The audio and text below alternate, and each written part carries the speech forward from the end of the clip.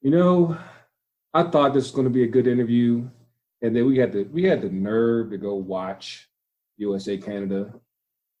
And we got Derek Richey on the line here. What's going on with you, man? Hey guys, yeah, that was pretty bad, man. Whew. That was as bad as it's been for a couple years. That As was bad. Matilda Twelman said, the lowest of lows, or the new low. And I asked Grego, I was like, did we ever get out of our low from October 10th, 2017? I mean, Because let's here be we real. because here we are once again. 2 years later, and it's like, yeah, have we really moved forward? I can't say that we have. What do you think, Derek? No, we haven't, and we've already seen 3 or 4 games like this with Greg in the managerial spot, and then you can make the excuse, well, he hasn't had time to put in his system. All right, so we've been hearing about this damn system for forever, it seems like. But there's two things that worry me about said system. One, it looks really predictable, like in a way that if you do just a little bit of film, just kind of brush up on Greg and what he likes to do, it isn't too hard to figure out what's the U.S. is going to try, how they're going to try to break you down. And so it's easy to kind of throw in some blockers between the lines that keep us from not being able to get it out wide. And when we do get it out wide, that's okay. They're fine. Most teams are going to be fine with that, as long as they know that cross is coming in, and they have a guy named Vittoria who's just going to head it out because he's taller than everybody else in the box. So that's just generally what happened tonight. And the other thing that concerns me is, if this is all about Gregg's system, how are we ever going to incorporate new players into this system? And that's scary. I don't know. I don't think it can happen. So, like I said, we just watched USA Canada. Friday we had Cuba, and of course, like I said, everything's just kind of changed now. I'm like, so what's changed from Friday to Tuesday, to where, because Friday we looked like gangbusters. Like McKinney got a hat trick. Everyone's like, oh, we might actually be able to be all right here. Well, And then, I gotta be honest. Like, I mean, at the end of the day, but it's Cuba. I mean, That's It the thing. is. It's Cuba. Yep. They're bad. talk about my Cuban brothers, but it's not what they do best. And so when I saw that score, I remember I kept on getting the alerts and everything during the game, and I was like, oh my gosh, okay, 7-0, and then McKinney, because that was the same day. McKinney jersey, Yeah, yeah. with the for the culture freshman back, and I was like, bet he did what's up, but they were supposed to do that, Yeah. and so there's not really much you can gain. You can't really gain too much except for confidence and or playing the young ones. That's Didn't look like we gained much confidence, did it? and I mean, and that's the thing about coming into this game. I missed the first half of it or whatever, but I was listening to it on XM, and what I kept on hearing from the broadcast was about how much Sargent was on the island in the first half. Yeah. Basically, Yeah. couldn't get any service to him, and there was just too much. I mean, he was hidden behind. He wasn't really stretching the center backs at all. He wasn't hanging on the shoulder or anything. Like, when I started watching the game, he was caught way back. He wasn't really stretching the defenders out and making that space for the midfielder to operate. Yeah. So I know. I mean, I've been critical of U.S. strikers. Ever since we started this podcast, like I've always said that's the area where we just don't have what it takes. We do not have anybody that strikes fear to center backs. They're not worried. They're not losing sleep over our strikers. Well, that's kind of part parcel of the problem with Gregg's system in the first place, which, you basically have a center forward, just one. Now, you have the wingers who are supposed to act like forwards as well on the attack. But today you saw Sargent on the defensive end dropping so far back that when a turnover happened and Pulisic had a ball at his feet. He had like 5 guys in front of him, but no one to pass the ball off to, so he kept losing the ball.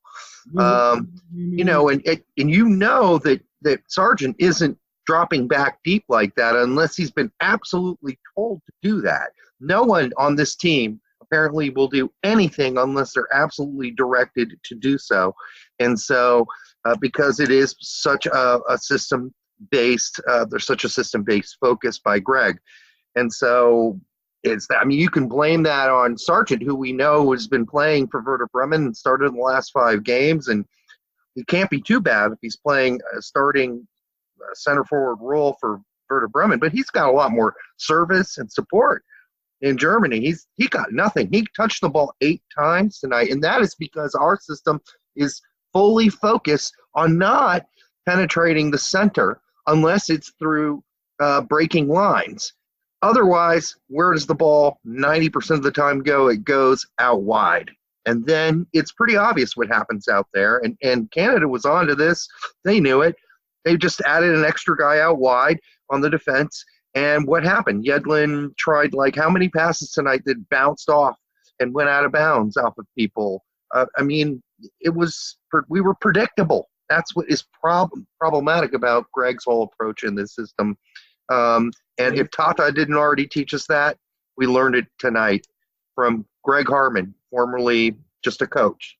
You know who that reminds me of? Or what that whole game reminded me of? It reminded us of United back in the first part of the season when Joseph couldn't get any type of service and he was dropping back on. And he was isolated a lot too. Yeah. And the board was talking the same thing about, it's got to be about the system. It's got to be about the system. And we weren't doing shit. And it sounds like. Yeah. No, it's very similar. And DeBoer had to figure that out, right? Like he figured out, okay, my white guys do need to cut in and they need to get the ball to Joseph. They need the ball at his feet in order to make things happen. And that means you can't just cross balls in all day for a short little dude like Joseph. He needs service to his feet, And he is very good with his head. He is very good with his head, but yeah, still. He is. He's got quite the he can leap for a little guy, but still, you're better off getting the ball to Joseph's feet because he's magic. We've seen things from him this season that are just ridiculous. So, he's on another level, I think, in many ways. We have a guy like Sargent who has some of those skills. We've seen him do some pretty amazing things in the past for the youth teams and, for Bremen. But he didn't even get that chance tonight. And, how about Pulisic being benched after 60 minutes? Whoa, that was a statement. That was a statement basically saying, finally, Gregg saying, this isn't working. I'm going to put in Sardis. I'm going to put in Sargent. We'll have 2 forwards. But, again, I think I think even if you do that, like you find a way to keep Pulisic in with the 2 forwards. I'm like, he's to not be out there. Like, that's just insane. Did he go cry in the car? I think he went to go cry in the car. They got memes all over the place. He was face palming. He was like, "What in the world?" Right. We almost saw tears. My mama gave that chain. He was frustrated as hell, and I don't blame him actually. Well, that man's under a lot of pressure right now and stressed the hell out. He's probably gonna be great by the end of next week. I'm sure he'll be fine. He's a tough kid, which is not something I could say for the generation before him. I like to call the Breck Shea generation. Gregg knows. But yeah, he's not tender. He's not a tender dude. He'll bounce back. But it is a little bit concerning that, he's getting yanked. Why is he getting yanked? He's still the best player on the field for us. He's getting yanked because Gregg has a certain specific way of playing. And you know what? Pulisic isn't doing exactly what he wants, and so he's out. I don't think that, you can blame Pulisic for having a horrible game. Everyone had a horrible game. That was horrible because it was predictable. Didn't you know exactly what was going to happen every time the U.S. got the ball? I did. It was obvious what was going to happen. And, yeah. So how much pull does Jay have? Because, The Twitter buzz is going on. I haven't checked Facebook yet. I'm pretty sure they're probably on the same. They got their tiki torches too, and it's like I just don't see how like you and I we've talked about this. Yeah, we do. I'd say like he's got about a year, but I don't see like how he even lasts through the summer. If this is what the best that he can do because like basically the only guy that he's really missing right now, he's got McKinney there, he's got Pulisic there. The only guy that's still missing here is Tyler. That's right. Yep. Like he must have the magic key to unlock everything because otherwise this looks bad. Yeah, no, we could have used Adams tonight because Adams can go get a ball. He's a lot quicker than Bradley is. And, we could have used Morales too tonight. I mean, we need some guys Roldan was awful tonight. But we could have used a guy who could really dig in and make a tackle and make a nasty tackle a la, Jermaine Jones. We don't have a Jermaine Jones on this team, and we desperately need one. Of course, Gregg knows how much I love myself some Jermaine Jones. But, there is no guy like that on this team willing to do that kind of nasty work. And but if you could pair Adams and Jermaine Jones, Morales, that would be, I think, but you're not going to see that because that's not how Gregg doesn't want to play a guy who's really a takeout defender and then have a guy next to him who's also kind of playing the holding role. That's too much holding for Gregg's system. He's going to find out quick that that's going to be to his detriment. And you're right. He probably does get a full year messing this up. But I'm ready to let go of this already because he's already proven to me he's not willing to be flexible enough to say, we're getting beat doing what I'm doing right now. We have an option B then. We'll go to option B or we'll go to option C. Gregg has one option, A. That's it. And that's Gregg's option. And if you don't fit into his little system as a player or whatever, you're not playing. Or B, if we're losing, he really doesn't know what else to do. Tata has schooled him because Tata knows this guy. And even though Tata said nice things about Gregg, you have to wonder sometimes, he knows this guy's system. It's too easy to counter it. And that's where we are. And if we can't have that as a national team manager, is going to play teams that you're going to easily kick their ass sometimes. Then you can do whatever you want. But then you're going to play teams that are really great. And that's when you have to make tactical adjustments. We hadn't seen. You actually hit upon what I was actually going to say was because, as poorly as we saw the U.S. play tonight, let's also give props to Canada. Because they've been like, Derek knows, like, I've been advocating for Canada for a long time. Yep. To see this actually bear fruit. And I think it's another example of MLS, they're benefiting everyone but the U.S. Like, am I wrong here? Because, like, you've seen what's happened with Davies. He came up through Vancouver. Now he's at Bayern. Like, all this considered, like, even though, like, he does get regular action off the bench, kind of like in a similar position as Pulisic, but at the same time, you can definitely tell they're putting him in a position to succeed. I'm not sure that we figured out yet how to get Pulisic in a position where he can truly succeed consistently no matter what. It's like, well, I think that's a lot. You'll notice that Canada, from game to game under Hartman, they don't play the same formation. And I don't want to, over invest in this whole formation thing, but it's also the tactics. Like, they adjust per team, how they played against us today was not how they played against Cuba. They switched. You'll notice early that Davies was out wide, and then they played him underneath David, and they went central, and they did through pass central, and they were effective doing that. So they were willing to make those adjustments, or he was, because they saw, oh, okay, our two guys are really fast, and the two center backs for the U.S. are, well, at least one of them, Ream, is kind of slow, and Long's not exactly a sprinter. we can put some pressure right down the gut. And they did it. They just made that adjustment. As soon as K went down, they adjusted. They went to two CDMs, central defensive midfielders, and for your audience, and you probably know that. And then they decided to play more centrally instead of pressing the wings. And they still press the wings enough to keep Yedlin and Lovitz back. I mean, it was classic. Berhalter got out-coached by a Canadian manager, many of whom laughed at when he was hired. And you're right, in some ways, Canada has obviously benefited from, all the MLS academies in Montreal and Toronto and Vancouver. I mean, they're not a laughing stock anymore. They're not a joke. But this lineup that we had on the field tonight should beat this Canadian team 99 out of 100 times, or at least not lose to them. And we just got outmanaged, man. I mean, this is a sad thing. I can't believe I'm saying this because I stuck up for Berhalter when he was hired, and man, I am really having to paddle backwards on this one.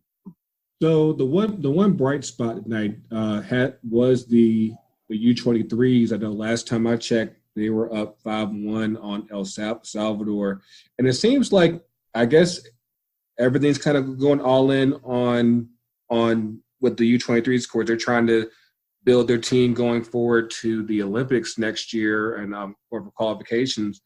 All the striker talent, Soto, of course, Way is still out injured, but right. all the prospects are really with the U23s. What are you seeing with that squad that at least says, okay, if we actually had a good manager, we actually might be able to do something with this team? Well, I think what you're going to see, especially with the U23 team, which is Tab's team, right? Yeah. He has a system. What's that? Go ahead. Sorry. No, I was thinking of whether it's him or Christ. I think it's Tabs has a U23. Is it Christ or I get confused sometime between the youth teams on who the damn manager is.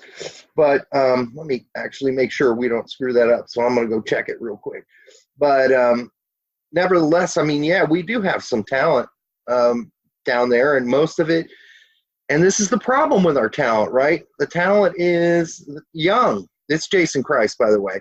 And because it's so young, it's hard to throw them all into this dumpster fire right now that is Gregg Berhalter, because Gregg has a real focus on his system. So incorporating new players into that system is something that he thinks should be done over a longer period of time. So he doesn't want to throw guys like Gloucester and even Aaron Herrera, who's already played for the U.S. national team, is on the U23 team.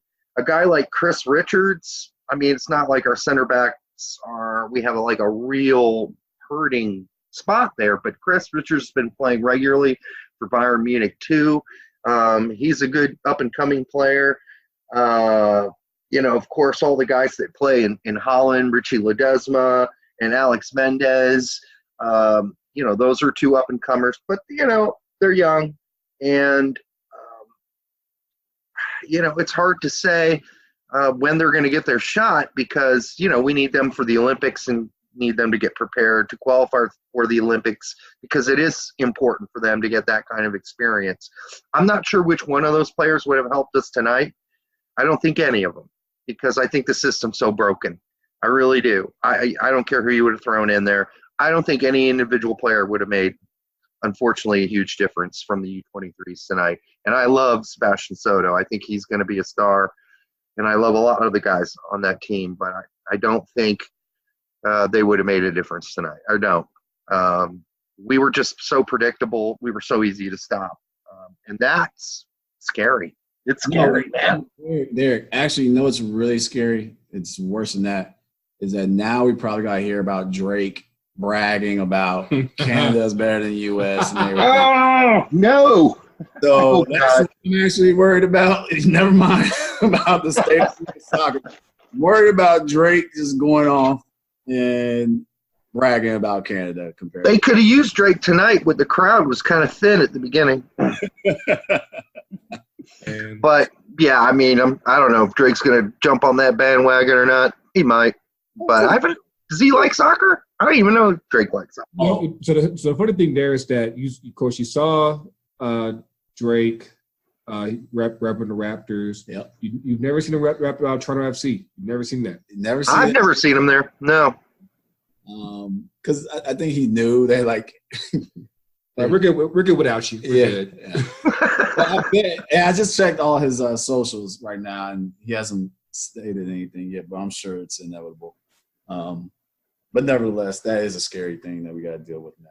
So yeah, we kind of wrap up on the U.S. team. Like, I guess the biggest thing there is like, I want to keep at least a positive. Like, who do you see from who's already in the picture with the senior team, and then also from the U23s? Like, is there something to where by like next summer we can say like we have something worth building on, assuming there's a decent coach? Yeah, I mean, Keaton Parks should be seriously considered going forward. And I know he's on loan to NYCFC, but he has had one hell of a season. Yeah, I like and if I'm sticking on NYCFC, James Sands was having an amazing season at CB. Of course, we've got a lot of great CB guys. We got McKenzie, we got Trusty, we got your guy who's injured right now. I mean, we've got plethora of up-and-coming CBs.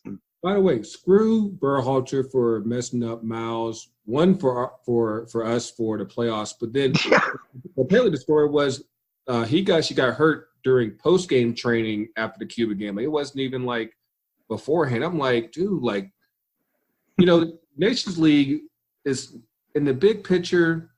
You're talking about Gold Cup qualification. I'm like, really? Like, why are we going this hard for Gold Cup? I'm like, dude, like we've already shown that Gold Cup only goes so far as far as pushing the program forward. Like, we need to, make sure, especially right now, like you got playoffs coming up, like you got to do better with your man management and how you're pushing your guys in training. Well, I to his defense, and the reason why I think is because of this same pressure that we just talked about. He's on the gun. Everybody's wondering if there's going to be any success now, and he's always going to put that best team out that he has theoretically. And if that was the case, Miles would have started on right now. Well, and I mean, you talking about going hard. I mean, like he has something to prove, and he's going to pick that. The top players. He's not using the youth as much as he should and it's going to be interesting too with with the vacancies that are going to happen with coaching, because there's still talks of like Todd Ramos, what he's going to do as far as with the U20s, and I think that's going to start to shake up things as far as the ranks within the federation. It's going to be interesting. I mean, it's tough being a national team coach because he's talking about these systems, and that's stuff that works for the club because you have all that time. But when you're with the national team, you only get a short minute to be with these guys, and the more you try to shackle them up, the tougher it's going to be. And there has to be that balance of, okay, I want to have a system, but at the same time, there's got to be some room for the players to be creative in their own. Yeah, I mean, it's amazing. You look at that. We've gone from a manager, Jurgen Klinsmann, who was tactically kind of hazy, like didn't really have a setup or a system. And, I kind of almost wish that was we still had it at this point. I can't believe I'm saying that. And now we've gone to a guy who's shackled these guys into – they look so uncomfortable tonight. They look so – now, they played awful too. They look like they were drunk. Honestly, some of those passes, they're not even explicable. But if we get back, to some other good news, the good news is Tyler Adams is waiting in the wings. The good news is Anthony Robinson is playing regularly at Wigan, and so we have another left back option going down the road. You guys have and in Atlanta have a young guy who is, I think, 3 or 4 years from now, who knows? He might. Two years from now, he might be, making a statement. You've got Dwayne Holmes at Derby, who was just coming back from injury and didn't get called up, whatever reason. Maybe we get Dest. Maybe Dest decides to stick with us. That might help in that back position. But until we decide to play the best players in their best positions with a formation that's sensible versus the opponent, and not based on necessarily just one single system, then we're going to be struggling. I mean, it doesn't really matter. We could have thrown in, I said, a lot of other good young players tonight. I don't think it would have made a difference. I mean, everybody on the field, on the pitch, as they say in Europe, looked uncomfortable to me. It's we might need a part 2 for this. Like I said, just watching that game kind of just put this in a whole different tone here. But before I wrapped up with you here, our third partner, Ringo, I was hoping to have him on. I was one because he's a lot of his family's from Indy, and for those of you who don't know, Derek is pretty much like the founder of the Brickyard Battalion, their main supporters group, and basically what got the Indy 11 to what was NESL and now to USL Championship. Tell us about how that whole process got started. And of course, I won't tell anyone. I give myself credit as a silent co-founder of the battalion, but hey, we're not gonna talk about that. Absolutely. No, I mean it was weird, man, because we had started this webpage called Racing Indy for MLS. So we'd come up with our own team name already, and then we asked people to start posting up photos of what the uniform should look like or what stadium we should play in, and people were just going crazy, man.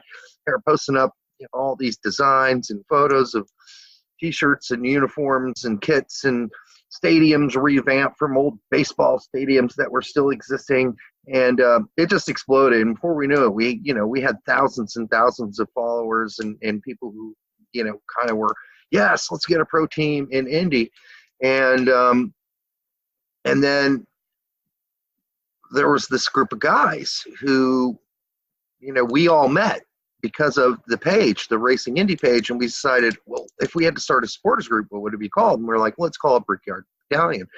And we formed a board, and I got elected president, and that was nice. And Brett Corbett, our other good friend, Greg, was VP, and we just kind of launched into this thing thinking, probably never happened. Well, why not? Let's give it a shot.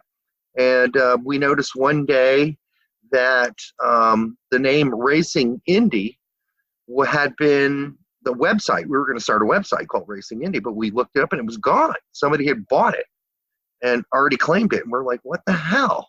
How was that possible? We just made up that name for the team.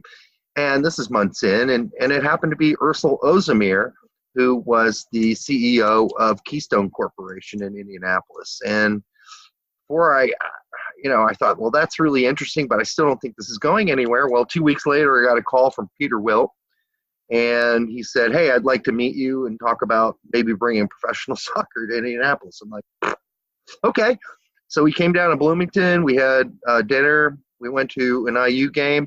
And then, we traveled all over the core Indianapolis area, visiting soccer clubs and soccer lovers, and going to bars and recruiting people become members. And it just and then we met with Ursel, and he said, yeah, we're going to do it. And I mean, I think it was Peter who said, yes, there is the capacity to support a professional soccer team. That was his job. Ursel hired him to do it, to decide whether or not he should actually go forward with this. And he did. And we weren't allowed to use Racing Indy because of legal reasons with the actual, with the Indy Racing Facility, IMS. But nevertheless, they renamed the team Indy 11. We were allowed to keep the name Brickyard Battalion, although there were some legal issues there for a short while, again with IMS. But that's kind of how it all got started, and it just evolved in a very natural, there wasn't a whole lot of marketing we did. It was mostly just on the ground, boots on the ground, talking with people at bars. And, it was an exciting time. It really was. Yeah, it's kind of funny how things came full circle this year, because they finally came out with a racing Indy show. I was like, see, this had it took about what 8 years, 9 years, but hey, it finally came. Yeah, and the interesting thing is that Tom Dunmore, who was the marketing director for Indy 11 when it first got started, then became the marketing director for racing for IMS, Indianapolis Motor Speedway, and so now there's this partnership that they've had for I think at least 4 years to kind of clear any legal hurdles where IMS was worried about, hey, you're kind of stealing our thing. We're the Brickyard. We have the Brickyard, and you can't use racing Indy because we're the Indy Racing League, or we used to, and we still own the patents on that. So, that's all that conflict is over. In fact, now I think they're in a pretty tight partnership. I had lunch with Tom a year ago, and we kind of laughed about the early collisions that we had with IMS that are totally gone now. I mean, it's a totally different relationship. How close are you watching the other USL leagues? Because of course, like I said, Derek's been on top of USL for a while. Like, I don't know if you've heard about Lansing in danger of folding up. If you want to talk about a guy that if we could do a pro episode, we should do one. This is your guy. Not enough content. Not enough content. Well, it's going to be tough for going forward for USL. The partnership with MLS is going to definitely help them. But as you go lower and lower on the pyramid, and you're even seeing NISA launched this year, it's going to be, I don't know how NISA is going to, that's another Peter Wilk invention. And I'm really curious on how that possibly survives as a third or fourth division league. From what we've seen so far, of course, we interviewed one of their owners a few weeks back, Idris in Boxing Yumba. But I don't see, like, considering the footprint, I'm like, hopefully we can all get in a position where we can just work this stuff out. Because, like, I was thinking about this the other day, like, this whole decade has been largely marred by either U.S. soccer, just not doing enough for the men's team, not doing enough for the women's team, and then getting tied up in legal shit with lower divisions. I'm like, that's going to be how people remember this whole decade. Like, just failure and lawsuits. That's it. Yeah, no, you got it right. I mean, it's been ugly, and but I think you and I have discussed this so much over the last, 8 to 10 years or whatever it's been, Greg. But the only answer going forward at this point, and I hate to be so cynical, but I do think MLS is going to continue to expand. I think they're going to continue to expand because it makes them a whole lot of money. When every team that gets added to the league has to pay you $300 million to just join the league, just join it. $300 million, you got to shell that out. Now, that's in, segments every year that they can turn into TAM or GAM, and share it with the other owners. They love that money, man. So why would they ever stop the expansion process until they get to like 36 teams, 38 teams, 40 teams? They have 2 divisions, East and West. Maybe they even have 20 teams in MLS 1 and 20 in MLS 2. Who knows what they do at that point? I know for a fact that discussion has happened at MLS headquarters. They have no plans on stopping this expansion. I can tell you that. I can't tell you who my source is. I'm sorry, but that's the same source I have had for at least 6 years, and they have not been wrong a single time. When they told me 7 years ago, 6 years ago, the expansion is not stopping, they were absolutely correct. And of course, I've been harping on it and talking about it in public for years. And everybody thinks back then they thought I was nuts when I said we're going to at least 28, when I think we had 20 or 18 at the time. Well, here we are. We're pretty close to getting to that number, and MLS is not, and Garber has not publicly said that we're stopping. And even if he did said that publicly we were going to stop, he'd be lying. They're going to keep going. it's too much money. You can't shut down free money. You've got to keep accepting free money. And that's the only way we're going to get to multiple divisions, like 1 and 2. Man, listen, like I feel like I said, this whole game is kind of thrown off what we want to do, but trust me, Derek, we're going to have you back on very soon. But yeah, thank you for coming on. Where can people find you? Like I said, because for those of you who don't know, Derek keeps up a very thorough database of, like, you want to find an American player, he can find your guy. Where can they find you? I would, at this point, probably just go on Google and search U.S. soccer players everywhere, and it should come up for you. It isn't a site I've worked a whole lot in marketing on, but it is where I track every single player, American player in MLS, and every single, all 286 of them playing abroad. And it's a little bit of an obsession, but if you look hard enough on Google, you will find it. You can even put in my name, Derek Richey. That should help the search. But yeah, I haven't really made that site like something you could find in a real easy way. There are reasons for that, but I'll get into that some other time. Cool. But yes, thank you, Derek. So all right, guys. Hopefully we'll get better soon. You know, we'll figure something out. Hopefully without Berhalter, because he's got to go. But yeah. Next time I want to see both you guys like on a couch together or something, so I can see you. Hey, Greg. Hey. Good to see you. I'm staring at like 2 bottles of water and 2 cans of beer or something. There you go. That's the formula. That made tonight a lot easier to deal with, I'm sure, because I know I have been partaking. Yes, we'll catch you soon. Like I said, hopefully we'll get better. I appreciate it, man. All right. Take care, guys. Thanks again, Derek. See ya.